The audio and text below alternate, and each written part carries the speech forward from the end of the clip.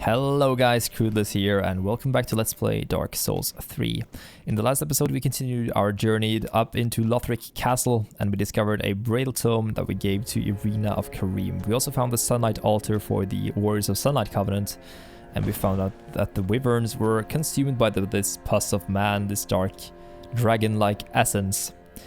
But now we're going to do something that we did all the way back in, not sure what the episode number was, but we did it with Uria's quest with killing Orbeck of Vinheim. By killing him, we reverted to a previous save and he's still alive. And I want to show you guys that with Irina as well. Her storyline has two outcomes. First being a dark one, dark ending, which has a normal dark ending and a really dark ending.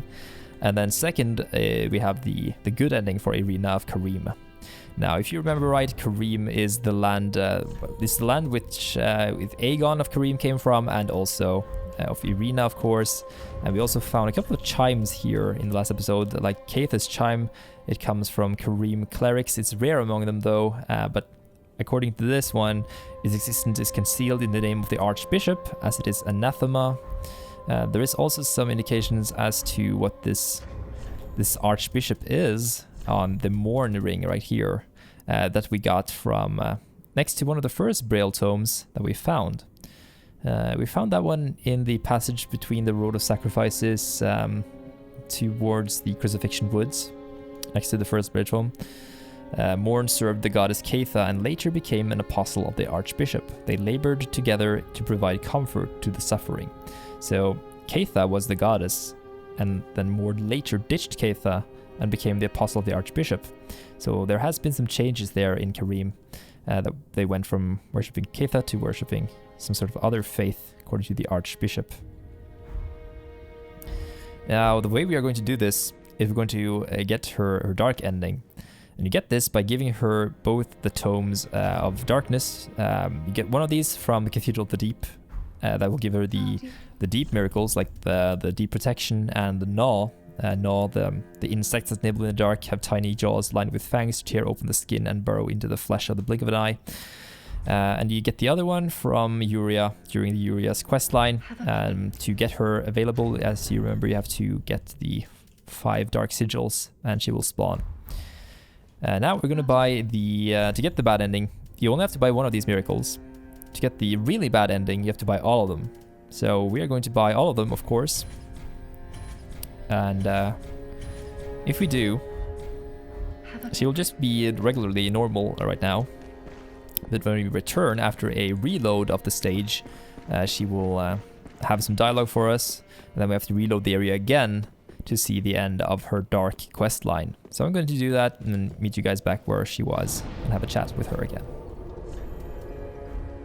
Now, her demeanor right now has changed quite a bit. She is a little more somber and, well, that's putting it lightly, she is depressed. Oh, sweet champion, where have you been? Please, your touch. The little creatures, how they nip and bite. Now I can tell you tales of miracles, forever and ever. Oh, sweet champion, leaving so soon? Please, come back in good time. I am frightened of the dark that gnaws away at me. That gnaws away at me. I think the dialogue that we got from the talk option there was the one that we get when we deliver all of the Braille tomes to her. In fact, we're gonna check that one later on when we do the good ending. The good ending is buying all of her other miracles, by the way. And you will get the ability to buy the other the dark spells later on without getting her bad ending. Oh, we have to travel back here. So don't worry about that. Just doing this will give us some additional benefits and some additional storyline progression. Now, as you can see now, she is gone. And you remember her guardian, her champion, Aegon. Looks very similar to the icon that was on the Morn ring right here, this gargoyle. He will be, well, he's the culprit in this case, or I guess the savior. Now, Irina has been referencing to us as her champion, the champion of Ash, very similar to other characters in the game. Champion of Ash, like Joel of Londor, for example. He keeps referring to us as the champion of Ash. And Morn, of course, is her real champion. Her protector, her guardian, according to the faith of the Archbishop, apparently. But as you can see, he hasn't made it far. He's down there. And if you look closely, you can see Irina is down at the... behind him, close to the wall. She's lying there, asleep or damaged. I made myself very clear. My allegiance remained only as long as you assured the girl's safety.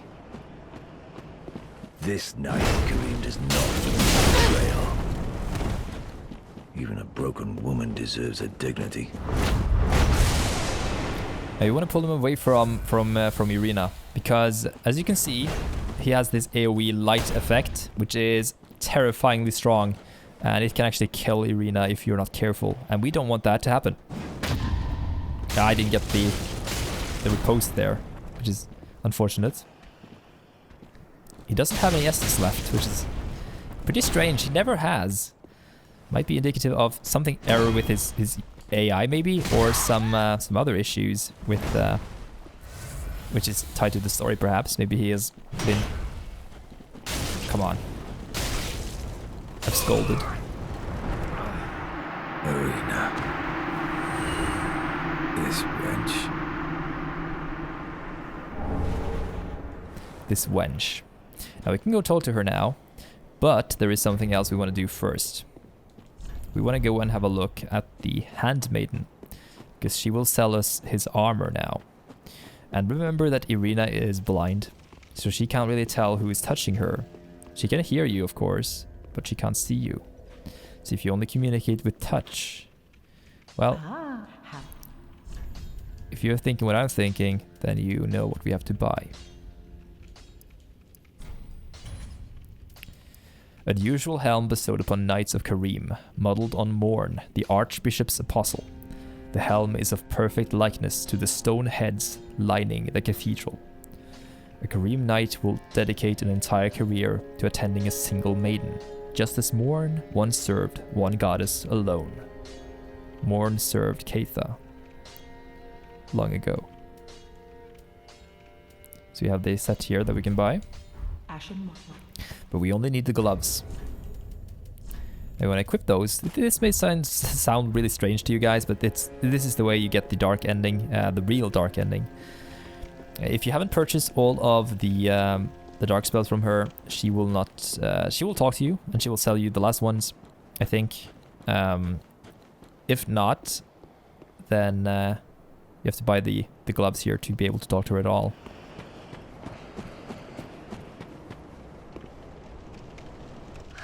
Who is there?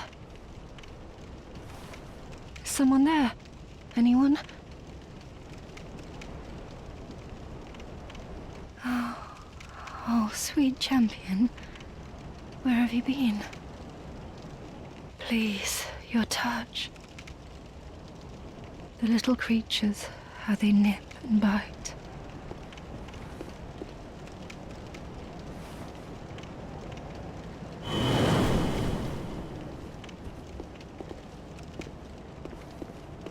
Now we want to make our way back inside, and she will be at her regular spot. Though things have changed quite a bit with her dialogue, and that's why we need the gloves. And here she is. Now if we touch her... Oh, someone, please touch me. The dark surrounds me, nibbles at my flesh.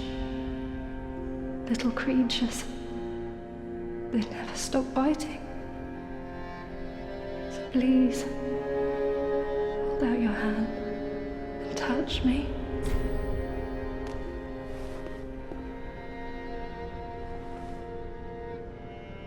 Oh, you again. Touch me one last time and kill me as you promised you would.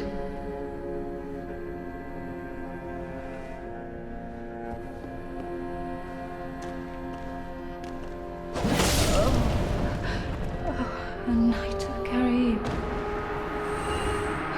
is always true to his word.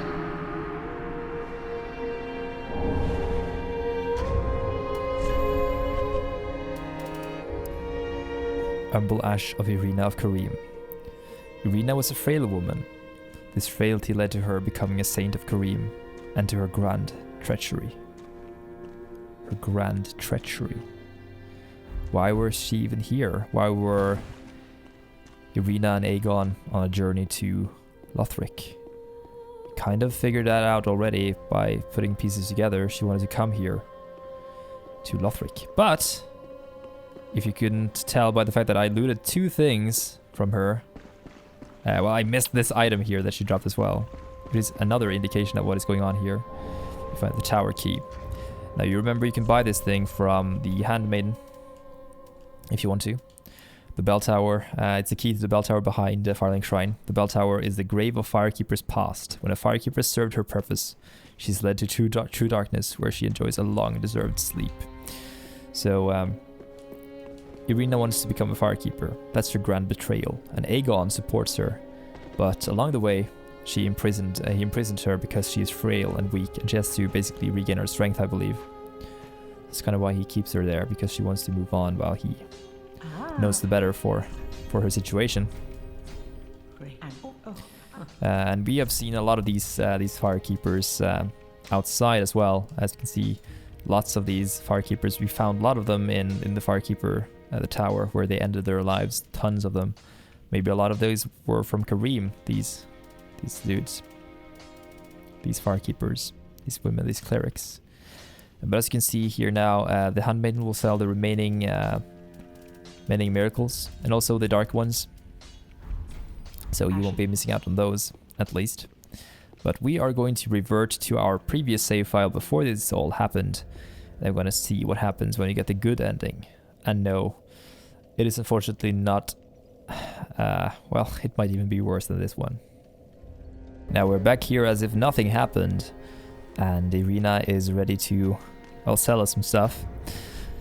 As I said previously, we have to buy all of her, basically her great miracles, her good ones that are not related to the Abyss. And if we do, she will be happy. But I have to give her a chat first to see if that dialogue still triggers the "now I can tell you miracles for ages." These are dark tales of things that lurk deep within men. These stories would not please you. Of course, if you insist, I will read them for you. Only, they frighten me so. The little creatures that nibble at me in the darkness. I guess that's why she gets that dialogue, because we gave her the other ones, but oh well. But if we don't buy them, she will be safe, of course. So let's get the other ones. Let's get the Magic Barrier, Blessed Weapon, Homeward, Tears of Denial, Caressing Tears. So many good miracles here. And now, she was still basically dark. Thank you ever so much, sweet champion. May your solemn duty conclude in triumph. See some dialogue changes there. We're going to reload the area once more and go back and have a chat again. Now, as you can see, she's gone. Immediately this time. But where could she have been? We kind of get the hint for this by concluding what we have thought about with the Firekeeper thing and the fact that we got the tower key from her when we did the bad ending. She has gone into the tower where the Firekeepers end their lives. And that's where we are supposed to head now as well. So we gotta wait for this freaking fog ward to look at that. Oh well. Huh.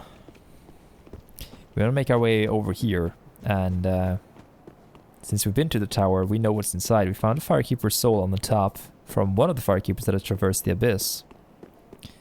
And here, though, we see all of these dead Firekeepers, and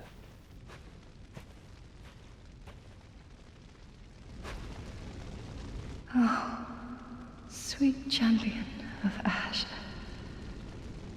Let souls be your strength. We can level up at her.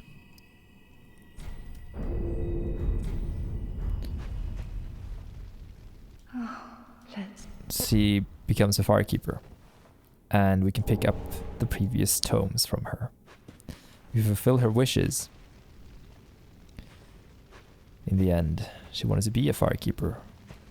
But why? Is this her fate?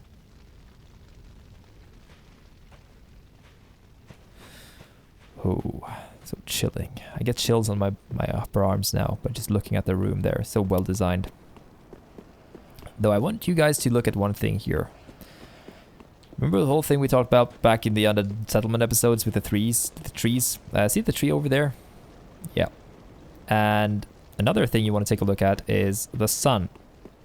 The sun right now. Might sound strange to you guys, but yeah. Check out the sun. Where is it? It's bright and yellow. Why is it still yellow when we were in Lothric Castle and there was an eclipse?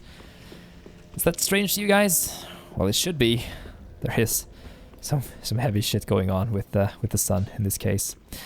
We can now turn the Braille Tomes to Carla, as she will be more than happy to take these dark creatures that nibble in the dark, because she is a child of the abyss, of course. Ah, hello again.